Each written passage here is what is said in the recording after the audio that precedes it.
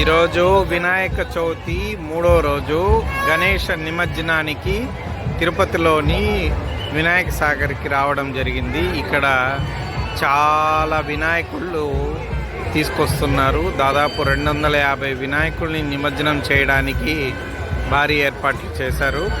ఈరోజు అధికారులచే అనుమతి తీసుకున్నటువంటి వినాయకుల సంఖ్య పెద్దవి 250 అని చెప్తున్నారు. ఇప్పుడు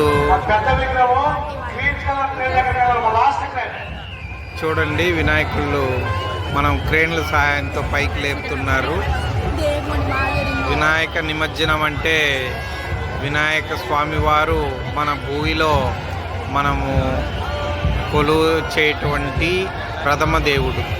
అటువంటి దేవుణ్ణి మనం చవితి నాడు ఒక రూపంతో తీసుకొని మనం కొలవడం జరుగుతుంది. తర్వాత ఆయన కోరికలు తీర్చడానికి మళ్ళీ రావాలి, మన కోరికలు తీరాలి అని ఇవాళ నిమజ్జనానికి ఏర్పాట్లు చేయడం జరుగుతుంది. ఇందులో భాగంగా ఇప్పుడు నిమజ్జనం అనేది ఇక్కడ జరుగుతుంది వినాయక సాగర్ తిరుపతిలో. చూడండి.